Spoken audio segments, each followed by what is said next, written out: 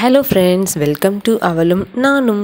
இன்றைக்கி நம்ம all time favourite bounty chocolate எப்படி வீட்டிலையே பண்ணுறதுன்னு பார்க்கலாம். இது ரொம்ப சிம்பிள் தான்.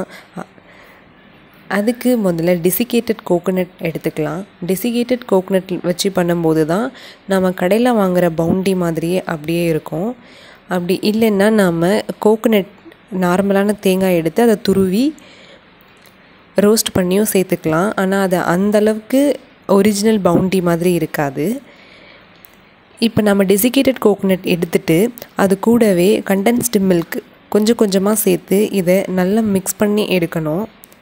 நம்ம முதலையே மொத்தமாக சேர்க்கும்போது அதோட கன்சிஸ்டன்சி அவ்வளோ கரெக்டாக இருக்காது. நம்ம கொஞ்சம் கொஞ்சமாக சேர்க்கும்போது தான் இந்த மாதிரி கோவா கன்சிஸ்டன்சிக்கு வரும். இந்த மாதிரி மிக்ஸ் பண்ணி எடுத்துகிட்டு கையில் லைட்டாக நெய் சேர்த்துட்டு நமக்கு தேவையான ஷேப்க்கு இதை பண்ணி எடுத்துக்கலாம். ரெக்டாங்கிள் ஷேப்பில் பண்ணும்போது ஒரிஜினல் பவுண்டி மாதிரியே இருக்கும் பார்க்க. இதே மாதிரி மற்ற எல்லா தேங்காயும் நாம் ஷேப் பண்ணி எடுத்துக்கலாம். கொஞ்சம் லைட்டாக ப்ரெஷர் கொடுத்து நாம் ப்ரெஸ் பண்ணும்போது அது அப்படியே செட் ஆகி இருக்கும். சாக்லேட் கோட்டிங் இல்லாமல் வெறுமனே இந்த டெசிகேட்டட் கோகோனட்டோட கண்டென்ஸ்டு மில்க் சேர்த்து சாப்பிடும்போதே அவ்வளோ டேஸ்டியாக இருக்கும். இப்போ இதே மாதிரி எல்லா கோகோனட்டும் ஷேப் பண்ணி எடுத்துகிட்டு அதை ஒரு 1/2 hour ஃப்ரிட்ஜில் வச்சு எடுத்துடலாம். மெயினாக ஃப்ரீசரில் வைக்கணும், அப்போ தான் சீக்கிரம் செட் ஆகி வரும். அடுத்ததாக சாக்லேட் எடுத்து அதை டபுள் பாயிலிங் மெத்தடில் மெல்ட் பண்ணி எடுத்துக்கலாம். அதுக்கு முன்னாடி ஒரு 1/2 tablespoon அளவு அது கூடவே கோகோனட் ஆயில் சேர்த்துக்கலாம்.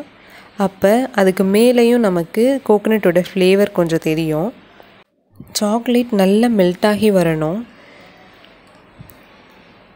இந்த அளவுக்கு நல்லா மெல்ட் ஆகி வரணும். நாம் டார்க் சாக்லேட் எடுத்துக்கலாம், அப்படி இல்லைன்னா டைரி மில்க்கும் எடுத்துக்கலாம். டைரி மில்க் எடுத்து பண்ணும்போது நமக்கு அதோட ஸ்வீட்னஸ் இன்னுமே நல்லாயிருக்கும். டார்க் சாக்லேட் பண்ணும்போது அடிஷ்னலாக அது கூட நம்ம ஸ்வீட்னஸ் சேர்க்குற மாதிரி இருக்கும். இப்போ ஃப்ரீசர்லேருந்து நாம் கோகோனட் பார் எடுத்து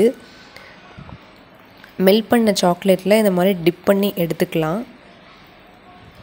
எல்லா பக்கமும் நல்ல சாக்லேட் கோட்டிங் ஆனதும் இதை தனியாக எடுத்து ஒரு பிளேட்டில் வச்சுக்கலாம்.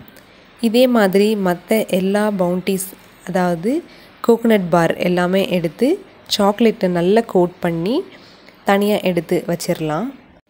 இதை பண்ணுறது அவ்வளோ ரொம்பவே சிம்பிளான ஒரு விஷயந்தான். ஆனால் நம்ம கடையில் வாங்கினா எப்படி இருக்குமோ அதே அளவுக்கு டேஸ்டியாக இருக்கும். எல்லா கோகோனட் பாரும் நாம் ரெடி பண்ணி எடுத்துகிட்டு திரும்பவும் இதை நாம் ஃப்ரீசரில் செட் பண்ணணும். ஒரு 20 minutesலேயே நல்லா செட் ஆகி வந்துடும். அவ்வளோதான், கோகோனட் பவுண்டி ரெடி. இந்த வீடியோ உங்களுக்கு பிடிச்சிருந்தா லைக் பண்ணுங்கள், ஷேர் பண்ணுங்கள், மறக்காமல் சப்ஸ்கிரைப் பண்ணுங்கள்.